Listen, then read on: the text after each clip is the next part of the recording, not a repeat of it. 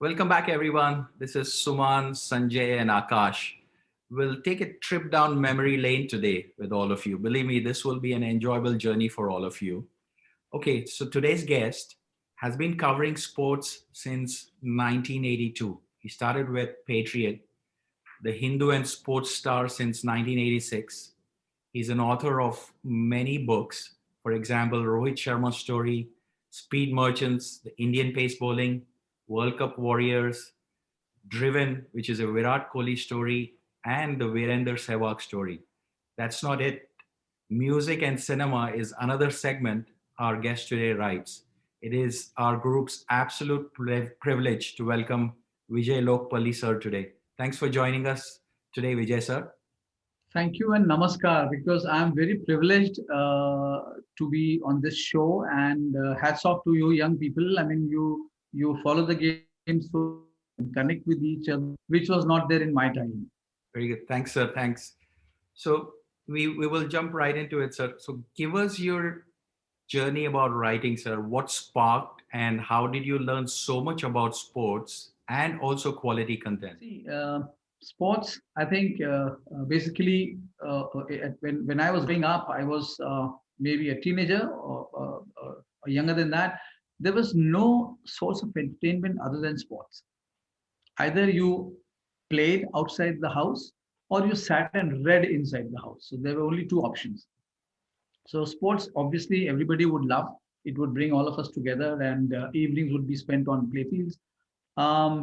Like I said, reading also became a habit because if parents would say you're not going out today, so you had to read, and there was no television at home, just the radio, and I wasn't very keen on music in my early years. And then, of course, playing helped me go into form a career where I'm sure you would love this idea of being paid to watch what you like. That's what sports journalism was, watching cricket all over the world, writing about it, and writing. I learned it probably it was ingrained because I had a flair to write. I could write good essays, and then there was a children's magazine called The Children's World. I would write short stories and I would write cover sports for them. So that is how I got to. I came into this. I was. I mean, I did it. I started in a time where there was a lot of respect for the media. You could interact with the players, and as I said, uh, the journalist was Suman, Sanjay, and Akash. The journalist was the I. He was your representative. I was your representative at the ground. Whatever I wrote, you had to accept it because there was no way for you to cross check. So that is how my journey began, and I have loved every bit of it. Fascinating, sir. And one other question which is intriguing to me is today we have a lot of digital media, email, online platforms. So it is easy for majority of players working remote.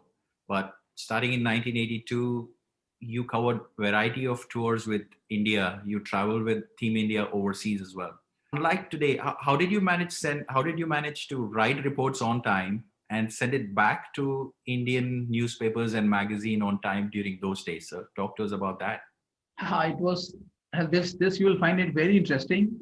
When I began, believe me, from some places I had to send my report as a telegram. You would not know what a telegram is, right? So the report would come as a telegram, then it would be kind of it would land in office. They would work on it, and then came telex. Telex was another mode of communication where one had to go to the post office and some babu would sit and type your report. And then if he would see 2 pages, which would be what, 800 words, he would say, I'm not going to do it because he was not used to sending such messages, such long telex messages. And then we had to keep them in good humor. From telex, we graduated to fax. And facts we thought was such a boon. You write, the page goes from here and comes out from there. It was like magic. And then came email. So to me, the best thing this generation of journalists would love is the mode of communication, because I've spent so many hours and hours at post offices praying to God for a connection to get my report through. Say one page, 90% would have gone and the last 10% would get stuck, which means you have to send the page again. So you can imagine the trauma inside the post office. The only time, believe me, the only time I came close to missing my first edition report and then even the second edition report, the match report, was from Kenya. And I just made it in time for the paper to carry my report. So those were some of the very horrifying experiences was only because of the lack of very poor communication facilities, and using typewriter was another challenge because the ribbon had to be good. Once it happened that my ribbon was, it suddenly went, it cracked.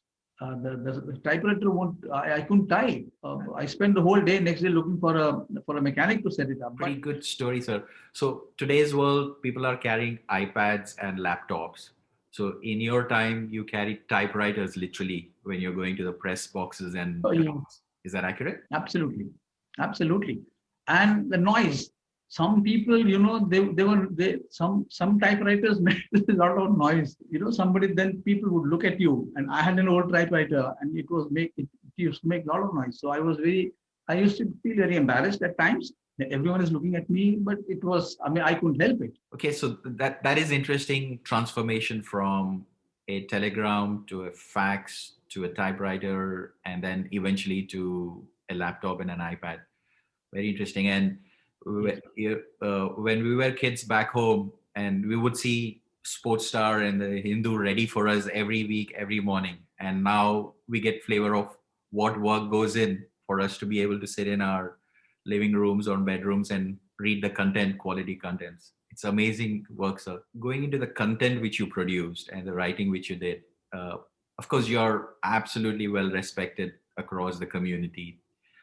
Your initial days, I've read articles which you have written and reactions. You were pretty straightforward and to the point when it comes to assessing players' performance. How did you adjust over a period of time with the reactions of players, or were there reactions of players when you told what you've seen, or give us some stories about that topic? Well, that was, I think, the best part of my career. That I enjoyed a very healthy relationship with the players.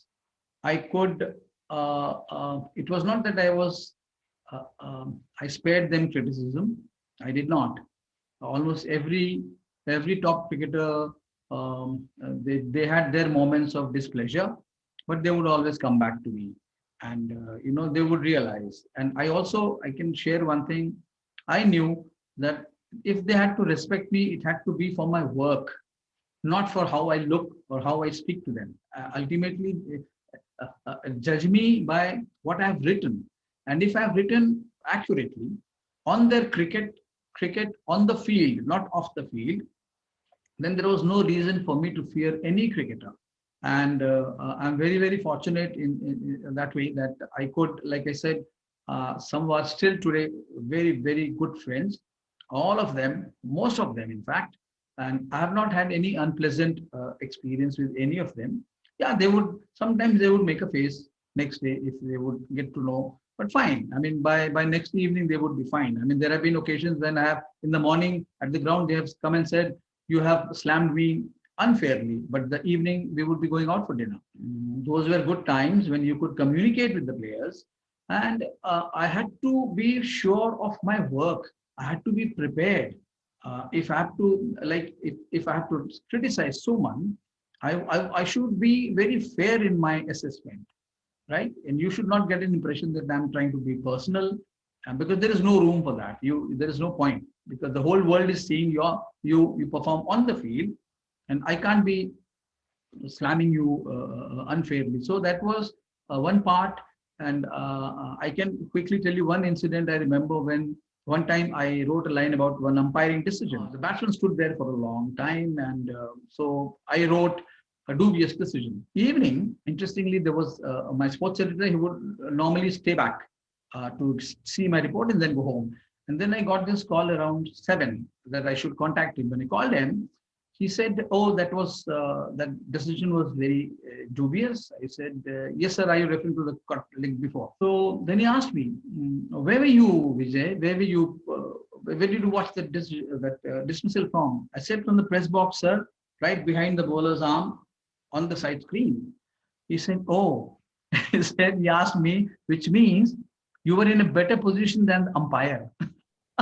Yes. So uh, that was his message of conveying that I was not at all in the position to make a decision on a leg before Yeah. appeal, sitting far away in the press box. And there was no replay. I mean, today also replay, you can judge, you can make the decisions. But that was one lesson I learned very early in my career, that I should not be, needlessly, I should not criticize and try to show probably I know more than the umpire. Very good story. Very good story. And just following on the same thing, would you be able to share with us what is the best comment you received and the worst comment you received from either players or umpires or? Once I criticized Rahul Dravid for, I mean, to me, I thought he was slow. So I wrote that he allowed the bowlers to dominate, something like that. And then he came next day. He says, you have a problem with me. So then and we spoke about it. Then I realized that I think I was a bit harsh because he made his point. Those he was facing the best bowlers, so it was not very easy for him to score of them. It was a one-day game, and then that was one thing. But then we continue to be very very good friends. He's done the foreword for Speed Merchants. You can see the book we have written on India's fast bowling. And another occasion was, and please don't ask me who the commentator was.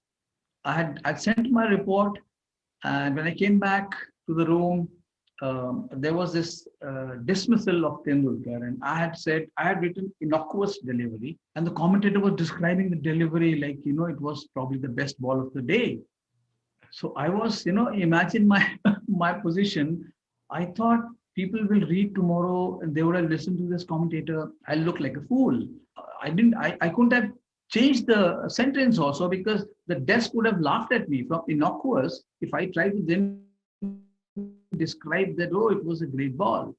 So what I did was I spoke to the batsman. I was that was the first time I thought I was not very confident of what I written. I spoke to the batsman. I said, this is this. He said, oh, have you watched the replay or what? I said, yeah, I watched the replay. So he said, what did you write? I said, it was innocuous delivery. He says, you are right. So that was such a relief that I had not made a mistake. The batsman who got out actually thought, he agreed with me because he made the mistake. He didn't realize that it was a new ball. He had completely forgotten. So he was caught at point because the ball flew. The old ball wouldn't have traveled that far. So it was not a wicket-taking ball. But these were two occasions. One I would love to share here. We were in the West Indies. Mr. Subhash Gupta had come for a High Commission event. So I knew this was Mr. Gupta because he was in a wheelchair, and I made an attempt to speak to him. I mean, he just won't entertain. Then Anil Kumble came, started talking to him. So I hung around. This was in 1997 or 2002. I'm forgetting. Again, I made an attempt. So Mr. Gupta said, I don't like to give interviews. I will not speak to you. And then Mr. Sunil Gavaskar, who was there, he put in a word. He said, no, you speak to him. I can vouch for him. And that's how I got to speak to Mr. Gupta, and I did a story in the Sports Star. So that one, not once, 2, 3 times, Mr. Gavaskar has said, I can vouch for him. So he has helped me get interviews. So for me, I take it as a huge compliment. And my association with Mr. Bishan Singh Bedi, also I take it as a privilege. Every second day we speak to each other, life lessons, cricket stories, cricket lessons. And he was the one who inspired me to become a journalist, to appreciate my article. So that was the trigger for me to become a journalist. The amount of stories you have, we can go all day listening to you. Amazing. Yes. Absolutely love it. regarding journalism, sir. So for your upcoming writers and Yeah. journalists, what would be that one advice, on how to write a very crisp article, especially if you have a 5-day test match, you got to condense everything in one article. I have said this in a few conversations that for me, writing a report was like writing a letter to my mother who's sitting at home. She has not watched the match, the day's play and the match. So I have to tell her the story of the day's play. So and the thing is, she knew nothing about cricket. So I had to give her a report which she would love to read and understand. So that's how I developed my writing. That I was writing probably also for an 8-year-old and an 80-year-old. So I had to be very careful of how I present the game.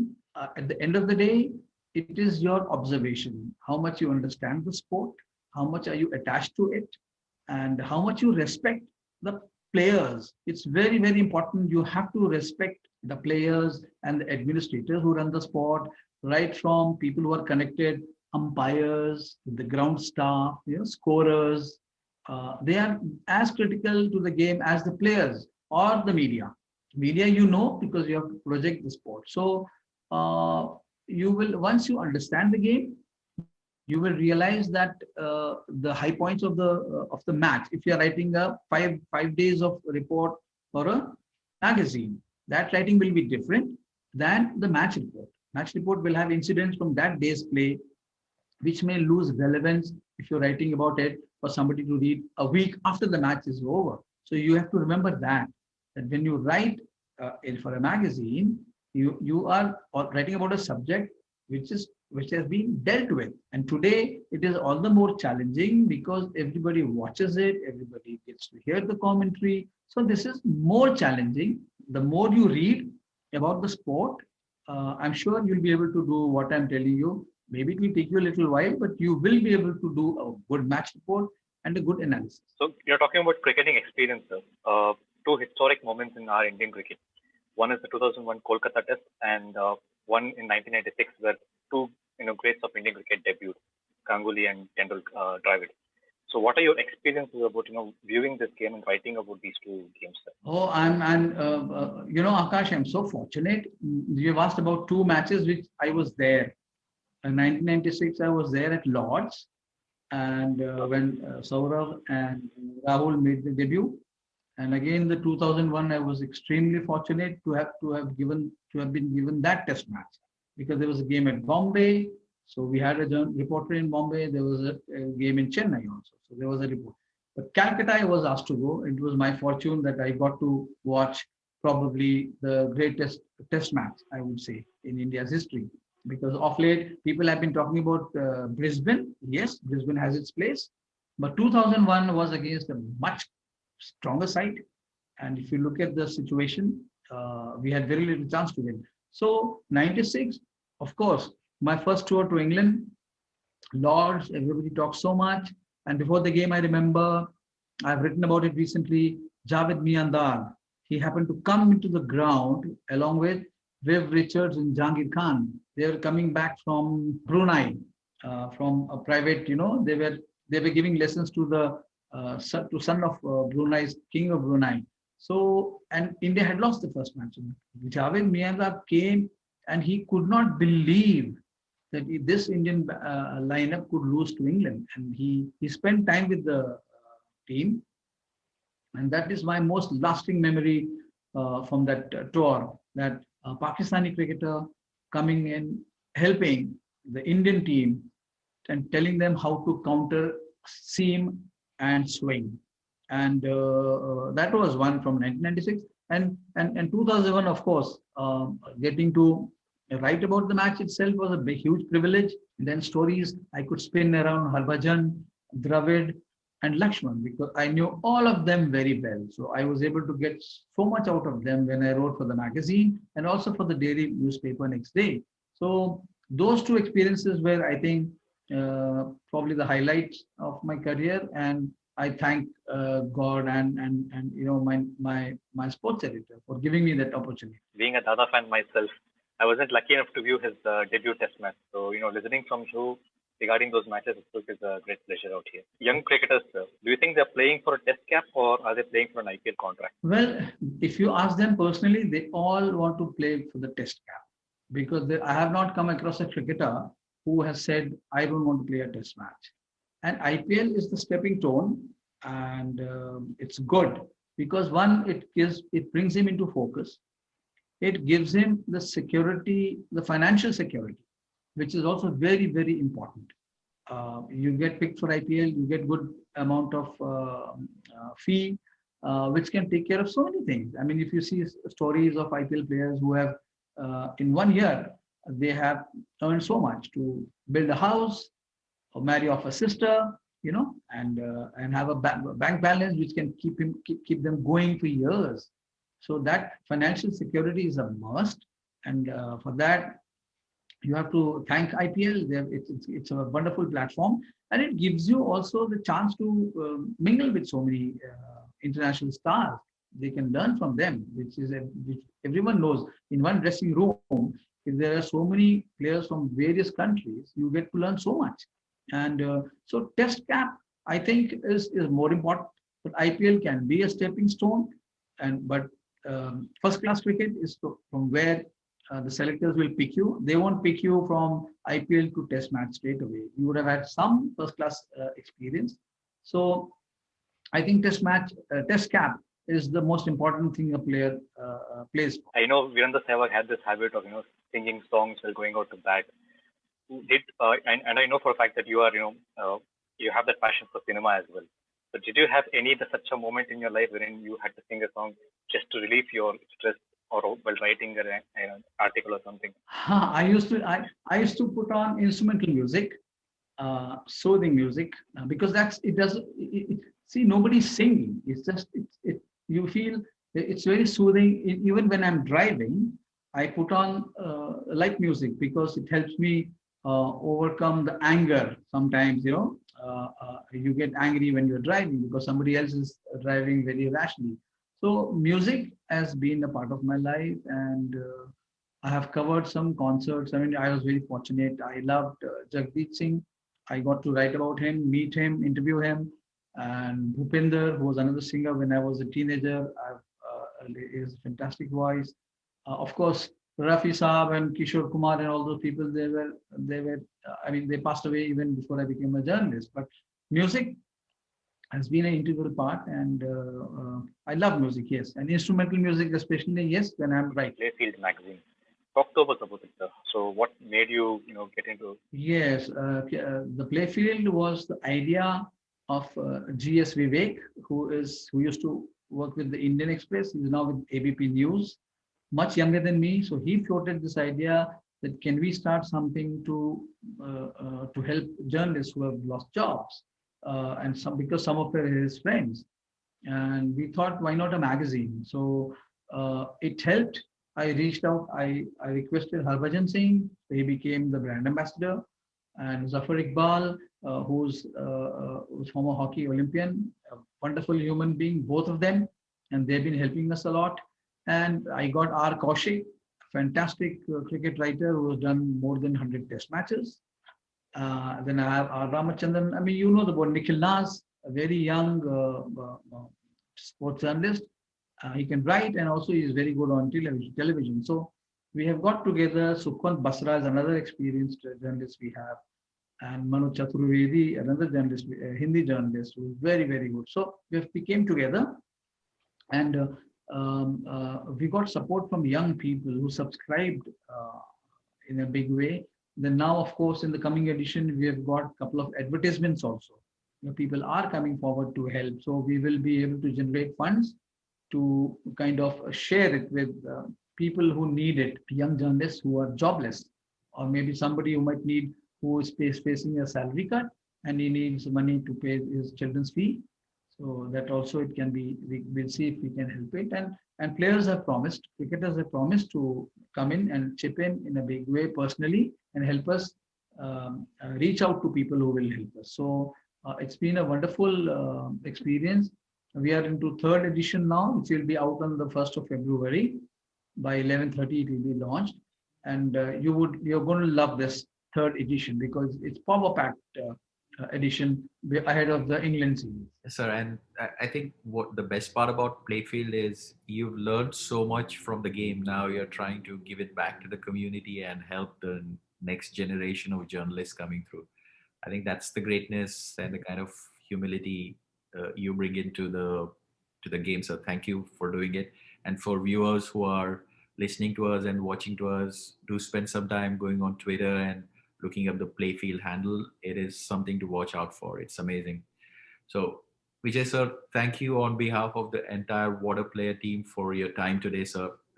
This episode for the viewers, make sure you subscribe to our channel so you never miss another episode. Remember, we appreciate a comment. Go tell a friend or a family member so that they too can spread the word, and feel free to follow us on Twitter using the hashtag Waadaplayer. Until then, see you. Thank you very much, everyone.